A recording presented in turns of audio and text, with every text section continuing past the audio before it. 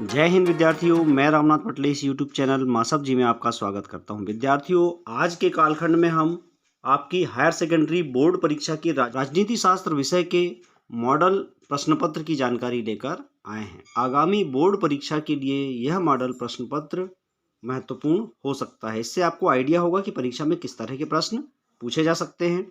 आग्रह है, अगर अभी तक आपने चैनल को सब्सक्राइब नहीं किया है तो जरूर सब्सक्राइब कर लीजिए। साथ ही बेल आइकन को भी क्लिक कर लीजिए, जिससे कि आपको मासब जी के आने वाले वीडियोस की नोटिफिकेशन प्राप्त होती रहे।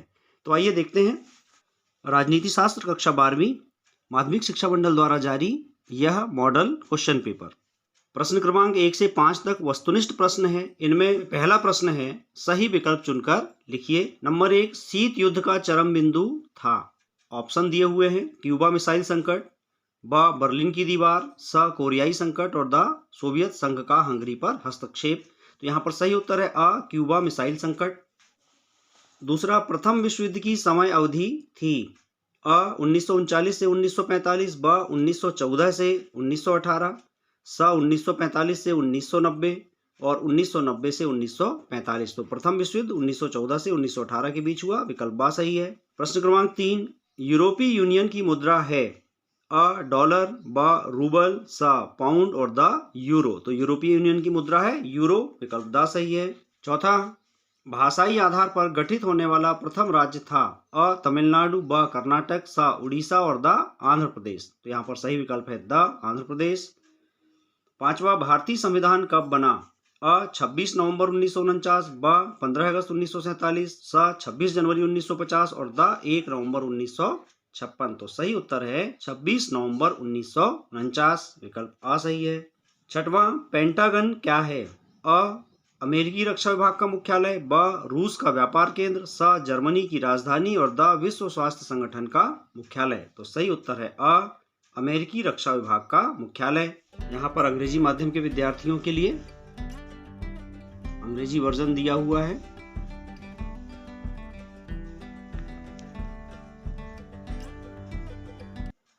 प्रश्न क्रमांक 2, रिक्त स्थानों की पूर्ति कीजिए। अ सोवियत संघ द्वारा बनाया गया सैन्य गठबंधन वार्सो पैक्ट था।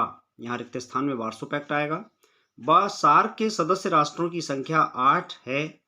स प्रथम पृथ्वी सम्मेलन का आयोजन ब्राजील की राजधानी रियो डी जेनेरो में किया गया। रियो डी जेनेरो का नाम बदलकर अब ब्राजीलिया कर दिया गया है। द यूनिसेफ का मुख्यालय खालिस्तान में है, यहाँ न्यूयॉर्क। ई स्वतंत्रता के समय भारत में देशी रियासतों की संख्या 556 थी। फ संपूर्ण क्रांति का आह्वान श्री जयप्रकाश नारायण के द्वारा किया गया। ग चकमा शरणार्थी खालिस्तान देश से आए। पूर्वी पाकिस्तान के चटगांव नामक स्थान से आए थे। पूर्वी पाकिस्तान अर्थात आज का बांग्लादेश। बांग्लादेश के चटगांव से ये शरणार्थी आए थे, जिन्हें चकमा शरणार्थी कहा जाता है। ये इंग्लिश वर्जन भी आप देख रहे हैं। प्रश्न क्रमांक 3, एक वाक्य में उत्तर दीजिए। अ सोवियत संघ विघटन के बाद विश्व की राजनीति हो गई थी। उत्तर में लिखेंगे एक ध्रुवीय। ब अंतर्राष्ट्रीय न्यायालय का मुख्यालय कहाँ पर है। नीदरलैंड के हैग शहर में। स भारत में प्रथम आम चुनाव कब हुए थे। 25 अक्टूबर सन 1951 में। द जय जवान जय किसान का नारा किसके द्वारा दिया गया। पूर्व प्रधानमंत्री पंडित लाल बहादुर शास्त्री जी द्वारा। ई भारत के 4 पड़ोसी देशों के नाम लिखिए। तो भारत के पड़ोसी देश हैं नेपाल, भूटान, बांग्लादेश, श्रीलंका, पाकिस्तान, म्यांमार और चीन। फ भारत में चुनाव आयोग का गठन कब किया गया। 25 जनवरी सन 1950 को। ग आरटीआई का फुल फॉर्म क्या है। आरटीआई का फुल फॉर्म है राइट टू इन्फॉर्मेशन, यानी सूचना का अधिकार। इंग्लिश वर्जन भी आप देख सकते हैं। प्रश्न क्रमांक 4, सत्य असत्य लिखिए। अ शीत युद्ध के बाद विश्व की व्यवस्था एक ध्रुवीय हो गई थी। सत्य। ब भारत में सन 1974 में पहला परमाणु परीक्षण किया गया था। सत्य। स अर्थव्यवस्था के उदारीकरण से वैश्वीकरण की प्रक्रिया बाधित हुई। असत्य। द विश्व के प्रथम बिजनेस स्कूल की स्थापना सन 1951 में हुई थी। सत्य। ई इराकी युद्ध को कंप्यूटर युद्ध के नाम से जाना जाता है। असत्य। और फ भारत विभाजन द्विराष्ट्र सिद्धांत का परिणाम था। सत्य। सत्य असत्य का इंग्लिश वर्जन। अगला प्रश्न है सही जोड़ी बनाइए। कॉलम आ में लिखे कथनों की जोड़ी हम कॉलम बा में लिखे कथनों से बनाएंगे। नंबर 1, नाटो की स्थापना, इसकी जोड़ी हम बनाएंगे बी 1949 से। दूसरा, आसियान की स्थापना ए 1967। तीसरा, बोल्शेविक क्रांति, जिसे रूसी क्रांति के नाम से भी जाना जाता है, सन 1917। चौथा, भारत चीन युद्ध की जोड़ी सी 1962 से। और पांचवा, बांग्लादेश निर्माण ई 1971, ये पहले से ही सही है। और छठवां, राज्य पुनर्गठन अधिनियम एफ सन 1956, ये भी पहले से सही है। ये हुए वस्तुनिष्ठ प्रश्न। अब आगे चलते हैं 2 अंक वाले प्रश्नों की ओर। प्रश्न क्रमांक 6, शीत युद्ध पूर्णतः कब समाप्त माना जाता है? तो सन 1992 में शीत युद्ध का समापन माना जाएगा, क्योंकि सन 1991 में रूस का विघटन हुआ और रूस टूट करके 15 अलग अलग देशों में बंट गया। तो हम शीत युद्ध की समाप्ति को सन 1992 मान सकते हैं। अथवा शीत युद्ध किसे कहते हैं? शीत युद्ध एक ऐसा युद्ध है जिसका रणक्षेत्र मानव मस्तिष्क होता है। यह हथियारों से नहीं लड़ा जाता, प्रतियोगिता, घृणा और दूसरों को नीचा दिखाकर लड़ा जाता है। द्वितीय विश्व युद्ध के बाद अमेरिका और सोवियत रूस के बीच में शीत युद्ध का दौर चला, जो कि सन 1991 में सोवियत संघ के विघटन के बाद समाप्त हुआ। प्रश्न क्रमांक 7, 2 ध्रुवीय विश्व से क्या अभिप्राय है? द्विध्रुवीकरण का अर्थ है 2 महान शक्तियों का उद्भव, जिसमें अमेरिका तथा सोवियत संघ शामिल थे। इस तरह से पूरा विश्व ही 2 ध्रुवों में बंटा हुआ था। अथवा तनाव शैथिल्य का क्या अभिप्राय है? तनाव शैथिल्य अर्थात स्ट्रेस साइकोसिस, अत्यधिक तनाव के कारण मनोविकृति का होना, और यह तनाव जो है 1 माह से कम समय तक रह सकता है। और जब हम तनाव में सोच समझकर कमी करते हैं, यानी हमारे निश्चित प्रयासों के परिणाम स्वरूप तनाव में शिथिलता आती है, कमी आती है, तो इसे हम कहते हैं तनाव शैथिल्य। प्रश्न क्रमांक 8, हेगमनी शब्द की जड़ें कहाँ से प्राप्त हुई हैं? तो हेगमनी शब्द जो है, इसकी जड़ें प्राचीन यूनान में है, जिसका अर्थ होता है शासन या आधिपत्य। अथवा में प्रश्न है नाटो का पूरा नाम क्या है? तो नाटो का पूरा नाम है नॉर्थ अटलांटिक ट्रीटी ऑर्गेनाइजेशन। इसमें 28 यूरोपीय देश हैं और 2 उत्तर अमेरिकी देश हैं, जिनमें एक अमेरिका है। अमेरिका यानी यूनाइटेड स्टेट ऑफ अमेरिका इसका अगुवा है। प्रश्न क्रमांक 9, शिमला समझौता कब हुआ? शिमला समझौता 2 जुलाई 1972 में हुआ था, भारत और पाकिस्तान के बीच। अथवा में प्रश्न है सार्क के सदस्य देशों के नाम लिखिए। सार्क के सदस्य देश हैं भारत, पाकिस्तान, नेपाल, अफगानिस्तान, भूटान, मालदीव, श्रीलंका और बांग्लादेश। प्रश्न क्रमांक 10, निशस्त्रीकरण से क्या आशय है? निशस्त्रीकरण का अर्थ है विनाशकारी हथियारों, अस्त्रों शस्त्रों के उत्पादन पर रोक लगाना तथा उपलब्ध विनाशकारी हथियारों को नष्ट करना। सुरक्षा से क्या आशय है? सुरक्षा से आशय है हानि से बचाव करने की क्रिया और व्यवस्था को सुरक्षा कहते हैं। यह व्यक्ति, स्थान, वस्तु, निर्माण, निवास, देश, संगठन या अन्य किसी भी चीज जिसे नुकसान पहुंचाया जा सकता है को सुरक्षित रखने की प्रक्रिया है। प्रश्न क्रमांक 11, वैश्वीकरण से क्या आशय है?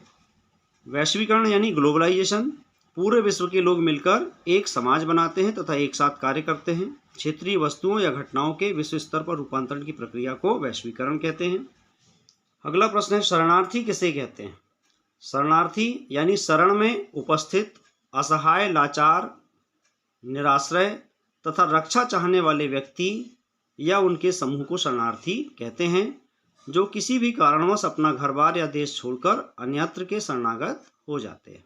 अगला प्रश्न है लोकतांत्रिक शासन किसे कहते हैं? लोकतांत्रिक शासन यानी डेमोक्रेटिक गवर्नमेंट, इसका अर्थ है लोकतंत्र अर्थात जनता का शासन। लोकतंत्र एक ऐसी शासन प्रणाली है जिसके अंतर्गत जनता अपनी स्वेच्छा से निर्वाचन में आए हुए किसी भी दल को मत देकर अपना प्रतिनिधि चुन सकती है। अगला प्रश्न है भारत के प्रथम चुनाव आयुक्त कौन थे? तो भारत के पहले चुनाव आयुक्त थे सुकुमार सेन, जो 21 मार्च सन 1950 को चुनाव आयुक्त पद पर आसीन हुए। अगला प्रश्न है दल बदल से क्या आशय है? दल बदल का साधारण अर्थ है एक दल से दूसरे दल में सम्मिलित होना। अथवा में प्रश्न है प्रविपर्स क्या है? किसी संवैधानिक या लोकतांत्रिक राजतंत्र में राज्य के स्वायत्त शासक एवं राज परिवार को मिलने वाले विशेष धनराशि को कहा जाता है। जब देसी रियासतों का भारत में विलय हुआ तो देसी रियासतों के जो राजा महाराजा थे उनको यह आश्वासन दिया गया था कि उन्हें एक निश्चित राशि प्रदान की जाएगी, और यह जो निश्चित राशि थी इसे ही प्रवी पर्स का नाम दिया गया, जिसे बाद में इंदिरा गांधी जी के प्रधानमंत्री रहते खत्म कर दिया गया। प्रश्न क्रमांक 14, ताड़ी विरोधी आंदोलन कब और कहां हुआ था? सन 1992 में आंध्र प्रदेश के नेल्लोर जिले में ताड़ी की बिक्री और नीलामी पर रोक लगाने के लिए महिलाओं के द्वारा यह ताड़ी विरोधी आंदोलन किया गया था। एनएफएफ का पूरा नाम क्या है? एनएफएफ का पूरा नाम है नेशनल फिश वर्कर्स फोरम, जो भारत के ट्रेड यूनियन अधिनियम के तहत पंजीकृत है। प्रश्न क्रमांक 15, कोई दो क्षेत्रीय दलों के नाम लिखिए। तो क्षेत्रीय दल जनता दल, समता पार्टी, इनके नाम हम लिख सकते हैं। इसके अलावा भारतीय अंबेडकर पार्टी, भारतीय बेरोजगार मजदूर किसान दल, भारत विकास पार्टी, भारिया बहुजन महासंघ, ये क्षेत्रीय दल के रूप में पंजीकृत हैं। अगला प्रश्न है, उत्तर दिन दिन बढ़ता जाए, दक्षिण दिन दिन घटता जाए, किस आंदोलन से संबंधित यह नारा था? तो यह नारा था द्रविड़ आंदोलन का। सन 1916 में टीएम नायर और पी त्यागराज चेट्टी, इनके द्वारा इस आंदोलन को शुरू किया गया। ये तमिल समाज सुधारक थे। 1939 में इसके अध्यक्ष थे ईवी रामास्वामी पेरियार। ये 3 अंक वाले प्रश्न हैं जिनका उत्तर आपको कम से कम 75 शब्दों में लिखना है। समयाभाव के कारण हम इन प्रश्नों का उत्तर यहाँ नहीं बता पा रहे हैं, लेकिन आपकी बोर्ड परीक्षा की दृष्टि से ये महत्वपूर्ण प्रश्न है। आपके पास जो भी मटेरियल है उससे आप इन प्रश्नों की तैयारी अच्छे से करें। प्रश्न क्रमांक 16, शॉक थेरेपी के कोई 3 परिणाम लिखिए अथवा सोवियत संघ के विघटन के कोई 3 कारण लिखिए। प्रश्न क्रमांक 17, यूरोपीय संघ की कौन सी नीति उसे प्रभावी संगठन बनाती है अथवा आसियान विजन 2020 की मुख्य बातें क्या हैं? प्रश्न क्रमांक 18, नियोजन के उद्देश्य लिखिए अथवा नीति आयोग क्या है समझाइए। प्रश्न क्रमांक 19, आपातकाल की अवधि में 42वां संविधान संशोधन किया गया, इसका मुख्य कारण क्या था? अथवा भारत की दलीय प्रणाली पर आपातकाल का किस तरह असर हुआ, लिखिए। प्रश्न क्रमांक 20, शीत युद्ध से हथियारों की होड़ और हथियारों पर नियंत्रण से दोनों ही प्रक्रियाएं पैदा हुई हैं, इन दोनों प्रक्रियाओं के क्या कारण थे? ये 4 अंक वाले प्रश्न हैं। अथवा गुट निरपेक्ष आंदोलन अब अप्रासंगिक हो गया है, समीक्षा कीजिए। प्रश्न क्रमांक 21, एमनेस्टी इंटरनेशनल संगठन की कार्यपद्धति को समझाइए। अथवा संयुक्त राष्ट्र संघ के प्रमुख अंगों के नाम लिखकर बताइए कि आपकी दृष्टि से सबसे महत्वपूर्ण अंग कौन सा है और क्यों। प्रश्न क्रमांक 22, राज्य पुनर्गठन आयोग के प्रमुख कार्यों एवं दी गई सिफारिशों की व्याख्या कीजिए। अथवा एक स्वाधीन राष्ट्र के रूप में भारत को किन किन चुनौतियों का सामना करना पड़ा, लिखिए। प्रश्न क्रमांक 23, निम्नलिखित पर संक्षिप्त टिप्पणी लिखिए। नंबर 1, भारत की परमाणु नीति और दूसरा गुट निरपेक्षता की नीति, इन दोनों पर ही टिप्पणी लिखना है। 2-2 अंक इस पर निर्धारित है। अथवा में प्रश्न है, किसी राष्ट्र का राजनीतिक नेतृत्व किस तरह उस राष्ट्र की विदेश नीति पर असर डालता है, भारत की विदेश नीति का उदाहरण देते हुए समझाइए। तो विद्यार्थियों, इस प्रकार आज के इस कालखंड में हायर सेकेंडरी बोर्ड परीक्षा 2023 के लिए यह माध्यमिक शिक्षा मंडल द्वारा जारी मॉडल क्वेश्चन पेपर निश्चित ही परीक्षा की तैयारी में सहायक होगा। इनकी अच्छी तैयारी करिए और पुनः आग्रह है, अगर अभी तक आपने चैनल को सब्सक्राइब नहीं किया है तो ज़रूर सब्सक्राइब कर लीजिए। मिलते हैं अगले वीडियो में इसी तरह परीक्षा उपयोगी सामग्री के साथ। तब तक के लिए नमस्कार, जय हिंद।